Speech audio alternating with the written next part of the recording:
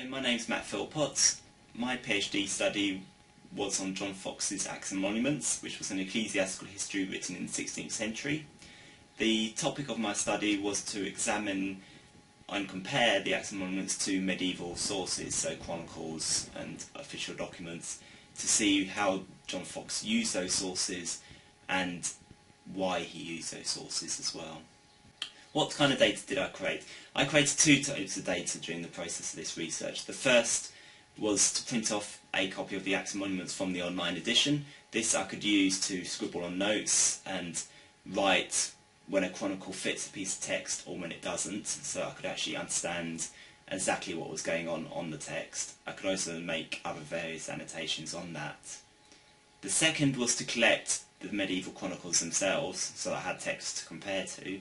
These came from various printed editions mainly, so early printed editions from early English books online, EBO, the Rolls series from the 19th century, and various other modern editions. I also checked the original manuscripts in various archives, which required taking notes and scanning over specific passages, as there was a limit on how much time I could spend on that.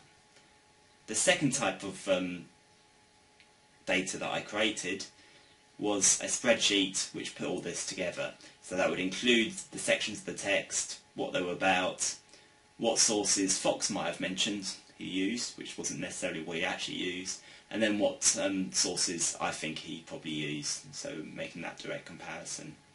And that was basically my raw data.